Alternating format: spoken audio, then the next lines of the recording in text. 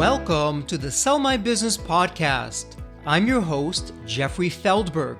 This podcast is brought to you by Deep Wealth and the 90-Day Deep Wealth Experience. Your liquidity event is the largest and most important financial transaction of your life, but unfortunately, up to 90% of liquidity events fail. Think about all that time, money, and effort wasted. Of the quote-unquote successful liquidity events, most business owners leave anywhere from 50% to over 100% of their deal value in the buyer's pocket and don't even know it. I should know. I said no to a seven-figure offer and yes to mastering the art and science of a liquidity event. 2 years later, I said yes to a different buyer with a nine-figure offer. Are you thinking about an exit or liquidity event? If you believe that you either don't have the time or you'll prepare closer to your liquidity event, think again. Don't become a statistic and make the fatal mistake of believing that the skills that built your business are the same ones for your liquidity event. After all, how can you master something you've never done before? Let the 90-Day Deep Wealth Experience and our 9-step roadmap of preparation help you capture the maximum value for your liquidity event. At the end of this episode, take a moment to hear from business owners just like you who went through the Deep Wealth Experience. Welcome to the Deep Wealth Sell My Business podcast. Well, it's right around that time where we're going to do another deep dive on one particular topic. And this was actually a question that came in from a listener. Both an article was written about this, and let's talk about this now on the podcast. And here's what the question was. What are some of the typical liquidity event mistakes that can either rob you of success in the deal itself or actually kill the deal? And it was a terrific question because most business owners just jump into the liquidity event, do not put a lot of time and attention into it, and then they really are rolling the dice and they're gambling with what's the largest, biggest, single most important financial decision of a lifetime. So on this episode, let's do a deep dive in terms of what are the typical mistakes that most business owners make. And there's that saying that success leaves clues.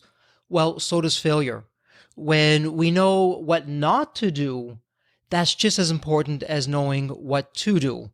So with that in mind, let's jump in there and begin the process of talking about what strategies you should know about, what you should be deploying. And there's 5 key strategies.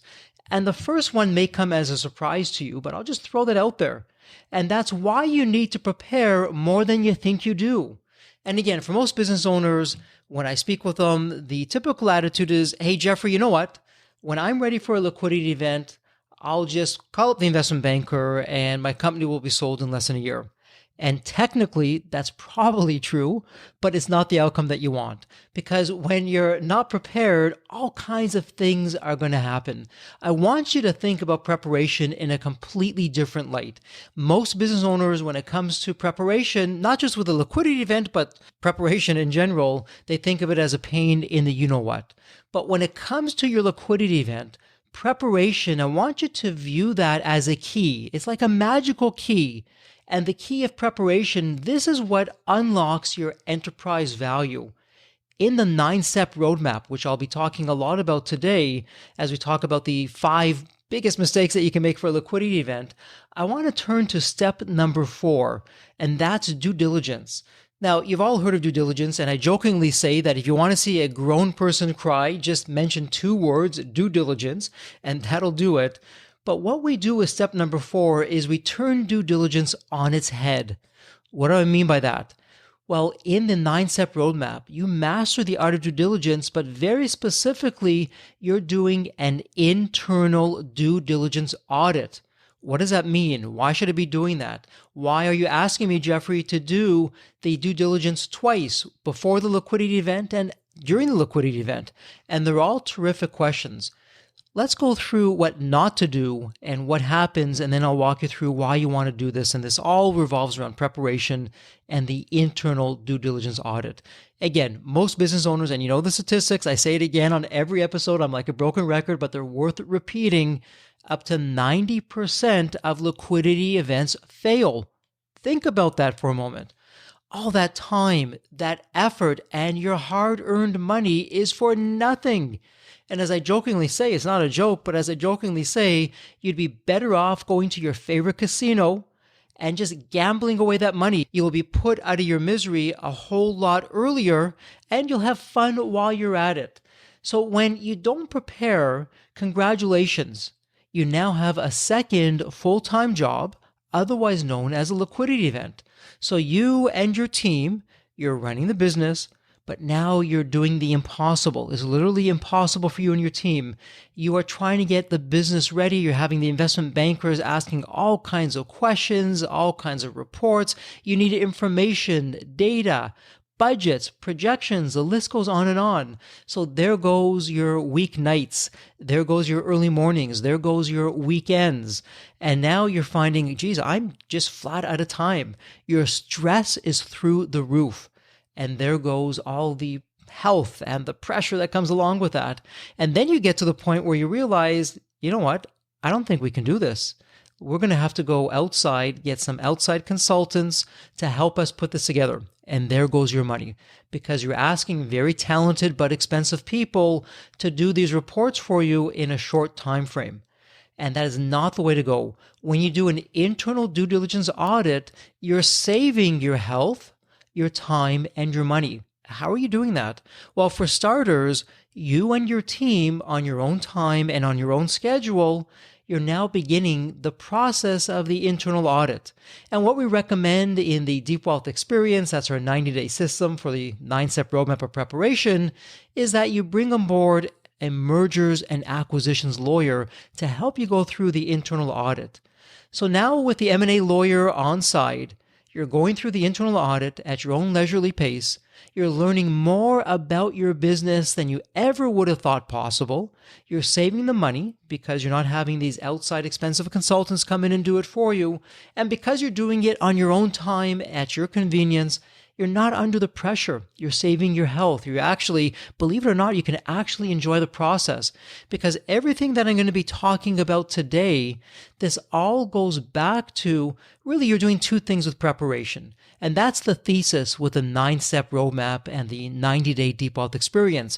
Our thesis, which is proven time and time again, when you put the time, when you put the preparation in place, you're finding those hidden skeletons and you're removing them, but you're also finding those hidden Rembrandts in the attic and you're putting them out for public display. So when you do an internal audit, you save your health, you save your time, you save your money. You're actually showing up when you're ready to the investment banker. You have your own data room, and you're saying to the investment banker, here you go. Here's the data room. Here's all of our information. We've done all the audits. We have audited financial statements. We have the quality of earnings reports. We have our budgets. We have our projections. You've done everything.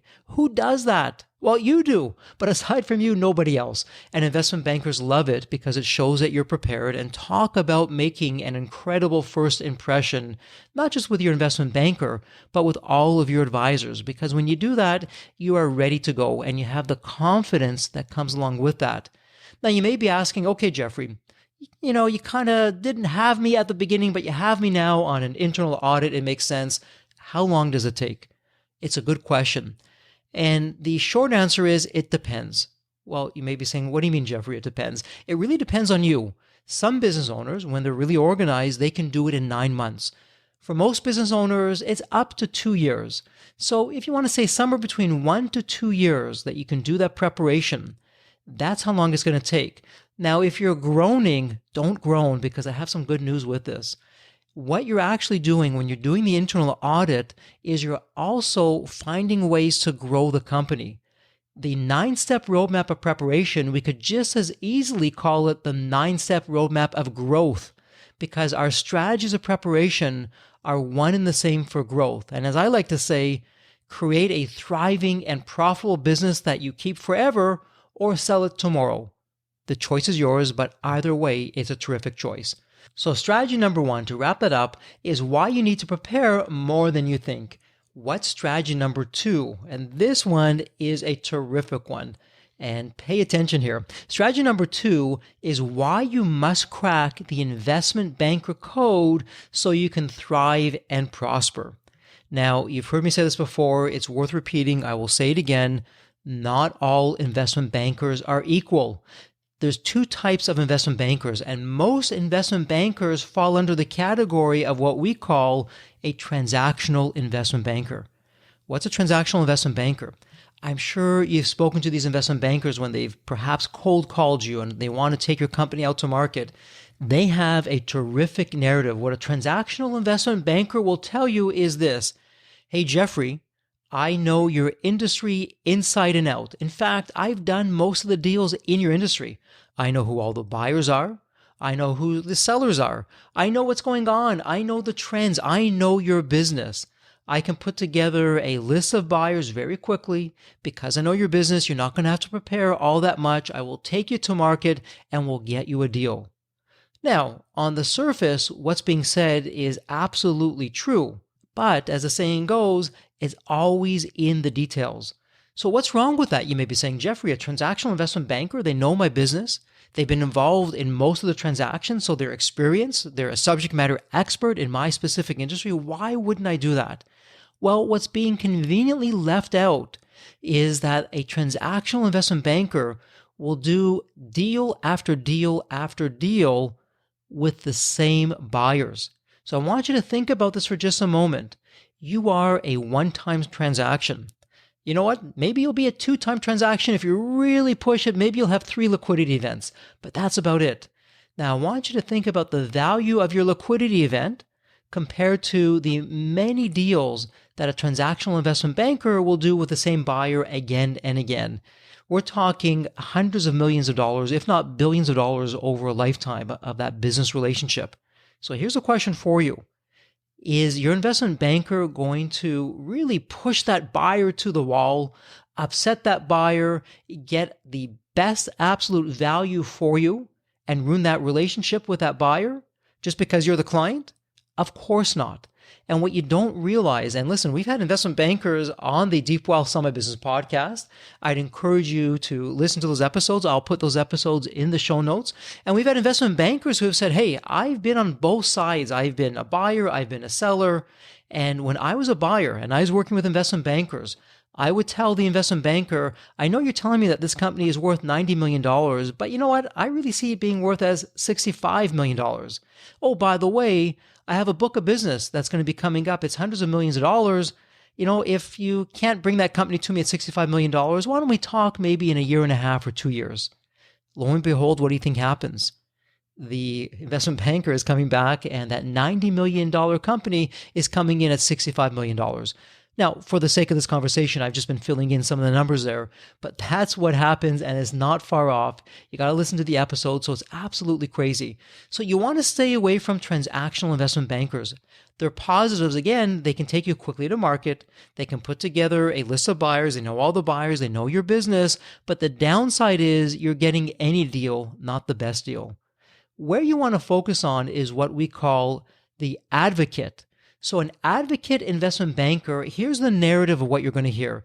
Hey, Jeffrey, we don't know your industry. We don't even really know your business. And in fact, we don't know your buyers.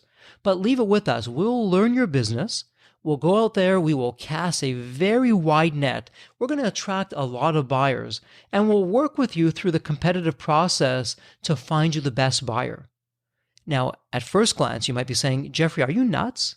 Are you serious? Really? You want me to work with an investment banker who knows nothing about my industry, has never done a deal in my industry before, doesn't even really know my business? Why would I want to do that?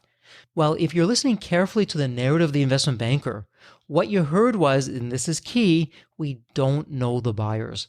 And that's what you want. Your investment banker who's an advocate will probably never do another deal with your future buyer ever again. Why is that important? Well, that allows your investment banker to really push the envelope. If your investment banker upsets that buyer and that buyer says, we'll never work with you again, the investment banker, your investment banker who's the advocate is saying, hey, that's okay. I don't mind that because I'll probably never work with you again either. So it's not a big deal. I want the top dollar for this liquidity event. And the other thing that you heard was, we'll have to cast a wide net to get the buyers. And you may be thinking, well, it's going to take longer. Initially, it'll take longer for an advocate to put together a list of buyers. But the advantage of that is you will not only have the same buyers at the table that a transactional investment banker would have brought, you will have more buyers because the advocate is going into different industries, probably different countries, casting a very wide net. And when it comes to your liquidity event, and we talk a lot about this in the Deep Wealth Experience, in step number 3, the future buyer, you want to have a competitive process, a competitive bid, otherwise known as an auction. You want to have as many buyers at the table as possible because they're quick, they're responsive, they're likely not going to play games with you, and that really helps you get the best deal instead of any deal. And the third thing when it comes to cracking the investment banker code is how you compensate your investment banker. Now, you may be saying, well, wait a minute, Jeffrey, what are you talking about? I'm already paying a commission, and it will be a hefty commission to the investment banker. And the short answer is yes, you are. And depending on your deal, it could be as low as 1%, it could be as high as 10%. The bigger the value of your company, the smaller the commission that you pay. But in the Deep Wealth Experience, one of the things that we talk a lot about, we call it the waterfall compensation system. And this is where you want to incentivize your investment banker to really go above and beyond. Let me talk now with my sales hat on. And it doesn't matter if it's an investment banker, if it's a real estate agent, if it's a sales professional. We're all people. And for any sales professional, if you went to them and you gave them a choice, you said, look, here's a deal, and let's just call it an index of 100. That's the standard. This deal that has an index of 100, you have a 95% chance of getting that. Or you can go after a deal that has an index of 125, but you only have an 80% chance of getting that. What do you think is going to happen? Now, some of you might be saying, well, Jeffrey, clearly the salesperson is going to go for the index of 125 because they're getting a higher commission. But the short answer is absolutely not. It's the opposite. As people, we always go for the sure thing. So whether it's an investment banker, a sales professional, the index of 100 for that particular deal with that 95% probability, that's where the sales professional is going to put his or her attention. And truth be told, let's say it was $100 million versus $125 million. You may be saying, yeah, there's a lot of commission on the $25 million, and perhaps there is, but there's no commission on $0. And so the investment banker may be thinking, well, you know what? The $100 million, that's pretty much a sure thing. It's not guaranteed, but let's just do that. And that's going to fall within the range of what's a really good deal. And perhaps it does. But what if the investment banker was incentivized to go after that other $25 million? What if that additional $25 million could be as much commission or more commission than what they were getting on the first $100 million? And in the Deep Wealth Experience, we have a whole formula of how you break that out and what the percentages look like. But when you provide that waterfall compensation to your investment banker, and this is where you're establishing the top end value of your business, and there's a number of ways that you can do that. But once you go to your investment banker and say, look, here's the top value for our business. And again, let's use that index of 100. The top value for our business is that index of 100. Well, from 100 to 110, I will pay you X% above and beyond what you're getting paid. And from 110 to 120, I'll pay you X plus Y%. And from 120 to 140, I'll pay you X plus Y plus Z%. You get the idea. And now you're incentivizing your investment banker to get you the absolute best deal instead of any deal. So this is why you must crack the investment banker code so that you can thrive and prosper. Let's talk about strategy number 3. And this one, I love this one. Here's the question for you. Do you know why enterprise value is not a complicated formula in a spreadsheet? Now you may be saying, Jeffrey, come on. There's no way that my value is not a complicated formula in a spreadsheet. What are you talking about? And it's a fair question. But now let's do a deep dive into the art of a liquidity event. And in the art of a liquidity event, and again, I'm going to put my sales hat on. I'm going to throw something out that you may find controversial, but I can tell you in my own experience and speaking with other sales professionals, this is absolutely the truth. And I want you to think about this for yourself. Again, as people, buyers are people, sellers are people, we're all people. We're all wired in the same way.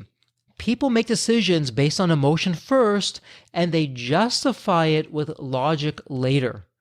And I want you to think about something. Maybe you're looking to buy, I don't know what it was. Maybe it was a property or a car or something that you really loved, and the price was a little bit out there. You love it, you know you want to do it, and in your mind, you start to justify why it's worth it. I love it, I'm going to do it. Oh, you know what? It has tremendous resale value. This is well respected in the marketplace. This really tells people that I've arrived, or I'm going to use it for many, many years because unlike all the other products, this one lasts a long time. You find the reasons to justify why you're going to be paying a premium. It happens every day, all day, every day. So how can you capitalize on that? Well, this all goes back to, again, step number 3 in the 9-step roadmap when you master the art of thinking like a buyer. And we're going to talk a lot about that in step number 4, so I don't want to take the wind out of my sails, but I'll simply say this. When you know how to think like a buyer, you know how to talk like a buyer. And you have the opportunity of getting the buyer excited through a narrative, a very powerful narrative about your business. And again, I'm going to put this in the show notes. I brought on a valuator. And the valuator, he valued everything from Uber to the Golden State Bridge to everything else in between. And in the interview, I asked him, how does the narrative make up the actual value of the business itself? And the next thing that he said really demonstrates that truth can, in fact, be stranger than fiction. He said, Jeffrey, before I even look at the spreadsheet, before I look at the data and the numbers, I want to understand that narrative. For me, he said, that narrative is 80% of the value. Now, of course, there has to be the numbers to back up the narrative. You can have a world-class narrative, but if you don't have the numbers to back it up, that's a whole other issue. But if you have a terrific narrative that gets me excited, and then you have the numbers to back it up, well, your enterprise value just went through the roof. And so your mission as a business owner, as the seller, is to craft a narrative that paints a very exciting vision where there's hope, where there's a high ROI for your future buyer. And this is how we can really leverage the art side of the liquidity event. And this demonstrates why the enterprise value is not a complicated formula. Here's a quick personal story from my own liquidity event. I asked the investment bankers and I asked some of the advisors to give me the top dollar value of Embanet. So they came back and we all compared the numbers and we agreed on what that number was. And I went to the investment bankers and I said, do you think we can get $1 more? And they looked me in the eye and they said, Jeffrey, we cannot get $1 more. That's it. This is all you're going to be able to do. And in fact, we're going to give you a range. We don't want you just to have your eye set on that. Here's what your range is going to be. And they gave the range. And I said, okay, watch what's going to happen next. So myself and Steve and Waleska crafted this narrative and we shared that narrative with the buyer. And the narrative was exciting. It painted a bright and prosperous future. And a few things happened. All the buyers became excited. And the buyers are just like us as business owners. They're competitive. They don't want to lose a deal. Their name is on the line. They are kicking themselves over the last deal that they lost that went on to become a huge success. And in the back of their mind, they're saying, hey, here's another deal. It's going to be a huge success. I really like what I'm hearing. I'm not going to be the one to lose it. I'm going to make sure that I get that. And here's where the competitive process comes in. The auction, they know there's other buyers, and now they're really putting their best foot forward to make sure that they're the winner. And so what do you think happened? Well, the enterprise value for Embanet exceeded every single projection of what was there. Was it a complicated formula in a spreadsheet? No, those formulas didn't make any sense, and they're not supposed to make sense because beauty is in the eye of the beholder. So when you create a narrative because you know how to think and talk like a buyer, and your narrative is exciting, it's interesting, and it paints a bright and prosperous future, that's how you increase your enterprise value. And that ties nicely into strategy number 4, why you must think like a buyer to thrive in your liquidity event.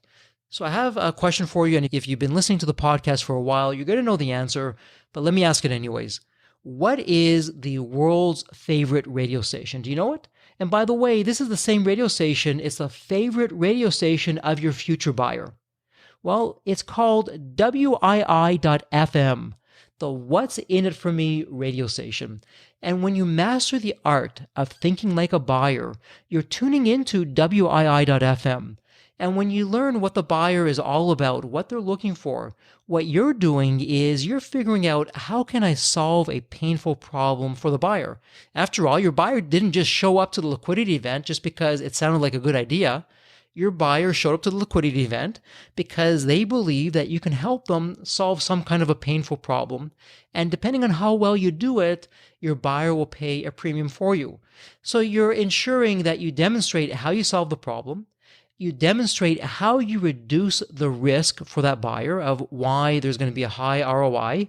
And this is where step number 2, X factors that insanely increase the value of your business, they play a really big role in your narrative. And you've heard it on some of the other episodes. Some of the X factors may be that you have a terrific management and leadership team, that the business actually does run without you. You have a thriving culture where there's transparencies. You have key performance indicators. You have an incredible business model. You're in a blue ocean. I can go on and on and on. But you're taking those X factors and you're weaving them into your narrative that you're sharing with the buyer. And what you're doing with that narrative, when you're tuning into WII.FM, you're both showing and telling the buyer why you're the best thing around. It's not good enough to just show.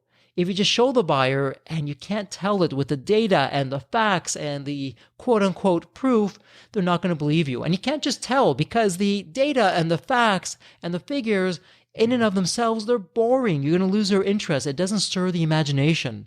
But when you combine the two, when you both show and tell, and it's a narrative, and you're really good at it because you've practiced, and we talk a lot about that in the Deep Wealth experience.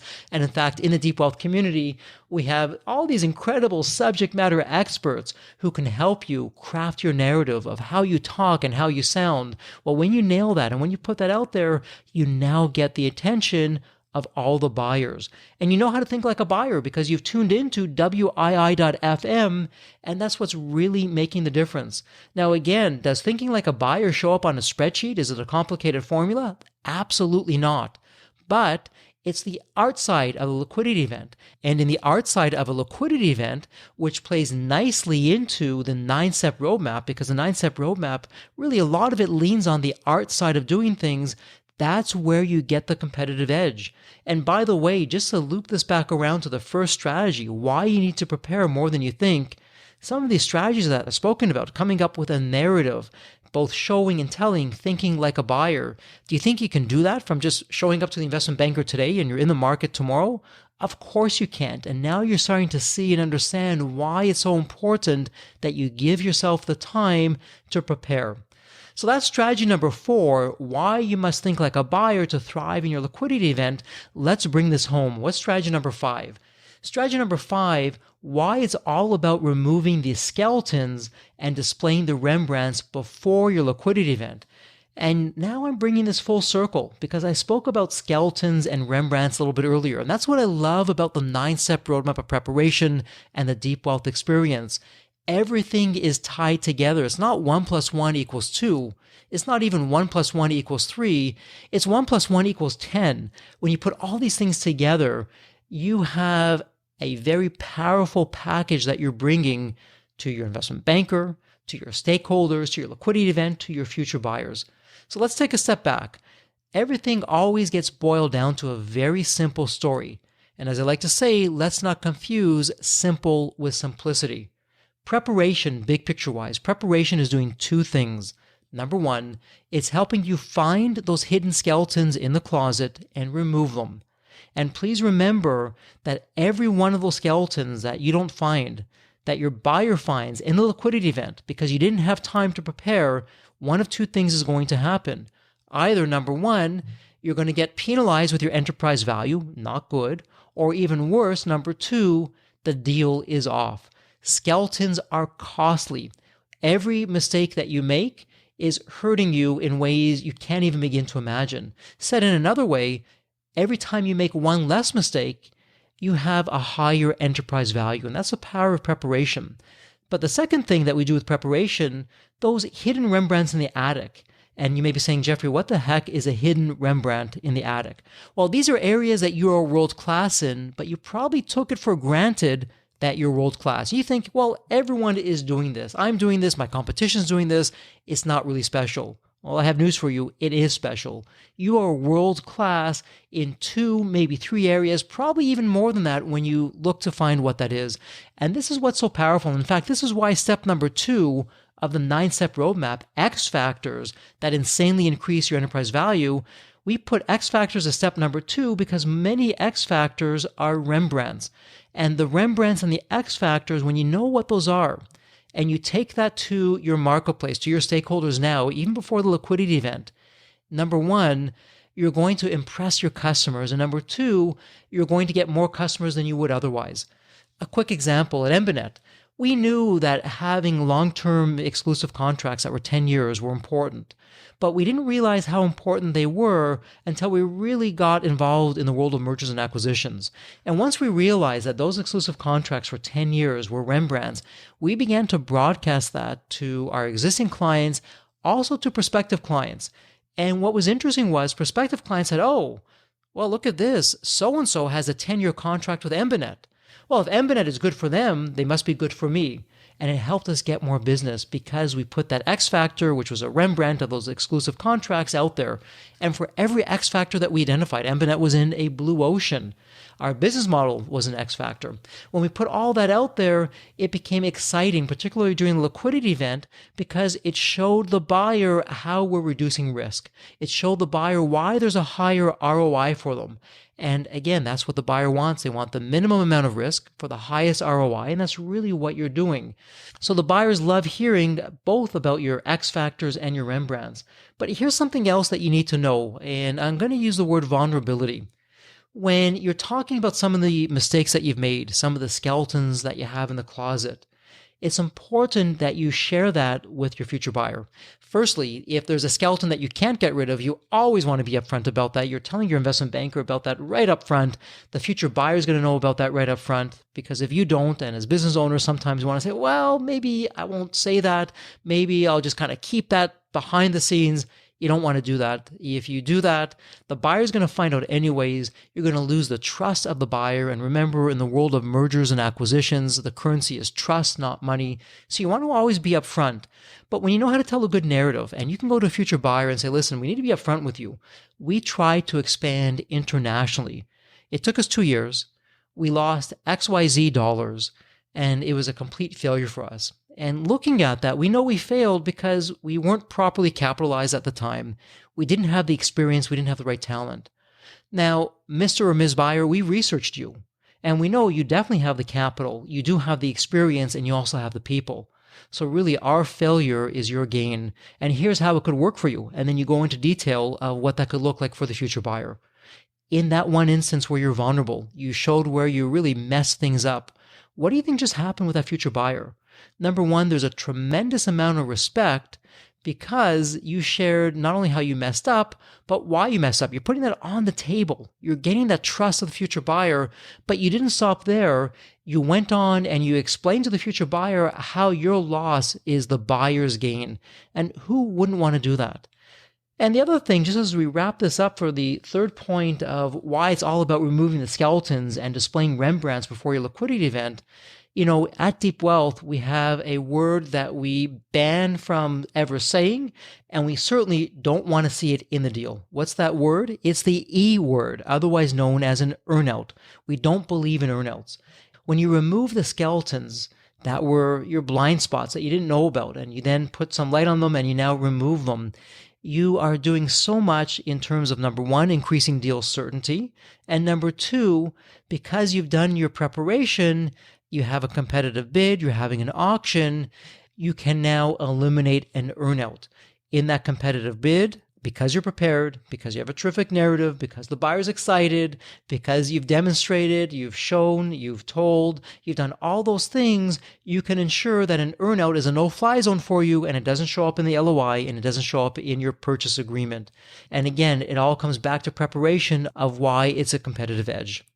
So let's do a quick recap of the 5 areas of the 5 common liquidity event mistakes that most business owners are making that can either cost them the deal or the enterprise value. So strategy number 1, why you need to prepare more than you think. And there you learn that preparation is like that magical key that can unlock enterprise value. And when you do step number 4 of the 9-step roadmap, the internal audit, you're saving your health, your money, and your time. Strategy number 2, why you must crack the investment banker code so you can thrive and prosper. And here you learn why you want to stay away from transactional investment bankers and why you want to gravitate towards advocate investment bankers. And once you choose your advocate of an investment banker, you learn all about the waterfall system of compensation, which really encourages and motivates your advocate of an investment banker to get you the best deal instead of any deal. Strategy number 3, do you know why enterprise value is not a complicated formula in a spreadsheet? And there we talked on the art side of a liquidity event. We spoke about how people make decisions based on emotion first and they justify it with logic later, why beauty is in the eye of the beholder, and how your narrative is so critical to having your future buyer become excited about your business. Strategy number 4, why you must think like a buyer to thrive in your liquidity event. And again, this was step number 3 of the 9-step roadmap. We spoke a lot about that, of your buyer's favorite radio station, WII.FM, the What's in It for Me radio station. And we spoke about how when you think like a buyer, it's all about reducing risk and creating narratives that both show and tell. Strategy number 5, why it's all about removing skeletons and displaying Rembrandts before your liquidity event.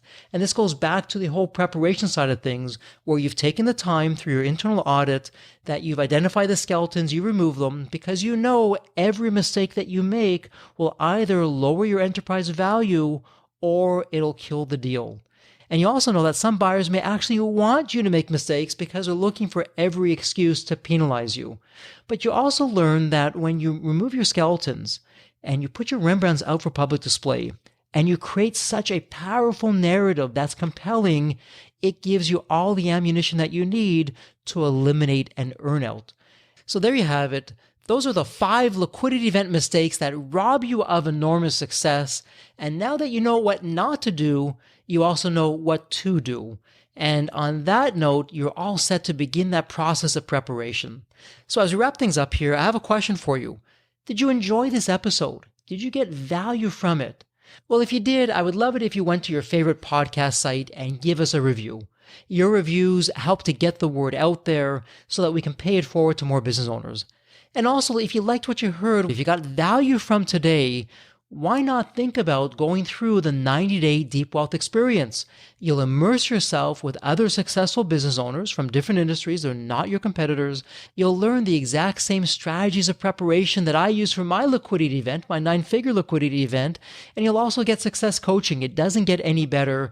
And you come out at the end of the 90 days, you've built a blueprint to increase the value of your business, and it's very specific to your business, and you also have the certainty of knowing how to capture not just any deal, but the absolute best deal. So there you have it. We're going to wrap up this episode, and as always, thank you so much for spending part of your time with us here on the Deep Wealth Sell My Business podcast, and as always, please stay healthy and safe. The Deep Wealth experience was definitely a game changer for me. This course is one of the best investments you will ever make, because you will get an ROI of 100 times that. Anybody who doesn't go through it will lose millions. If you don't have time for this program, you'll never have time for a successful liquidity. I mean, it was the best value of any business course I've ever taken. The money was very well spent. Compared to when we first began, today I feel better prepared, but in some respects, maybe less prepared, not because of the course, but because the course brought to light so many things that I thought we were on top of that we need to fix. I 100% believe there's never a great time for a business owner to allocate extra hours into his or her week or day. So it's an investment that will yield results today. I thought I will reap the benefit of this program in 3 to 5 years down the road. But as soon as I stepped forward into the program, my mind changed immediately. There was so much value in the experience that the time I invested paid back so much for the energy that was expended. The Deep Wealth experience compared to other programs is the top. What we learned is very practical. sometimes you learn stuff that it's great to learn, but you never use it. The stuff we learn from Deep Wealth Experience, I believe it's going to benefit us both. I've done an executive MBA. I've worked for billion-dollar companies before. I've worked for smaller companies before I started my business. I've been running my business successfully now for getting close to a decade. We're on a growth trajectory. Reflecting back on the Deep Wealth, I knew less than 10% what I know now. Maybe close to 1% even. Hands down, the best program in which I've ever participated. And we've done a lot of different things over the years. We've been in other mastermind groups, gone to many seminars, workshops, conferences, retreats, read books. This was so different. I haven't had an experience that's anything close to this in all the years that we've been at this. It's 5-star, A+. I would highly recommend it to any super busy business owner out there. And Deep Wealth is an accurate name for it. This program leads to deeper wealth and happier wealth, not just deeper wealth. I don't think there's a dollar value that could be associated with such an experience and knowledge that could be applied today and forever. Are you leaving millions on the table? Please visit www.deepwealth.com/success to learn more. If you're not on my email list, you'll want to be. Sign up at www.deepwealth.com/podcast.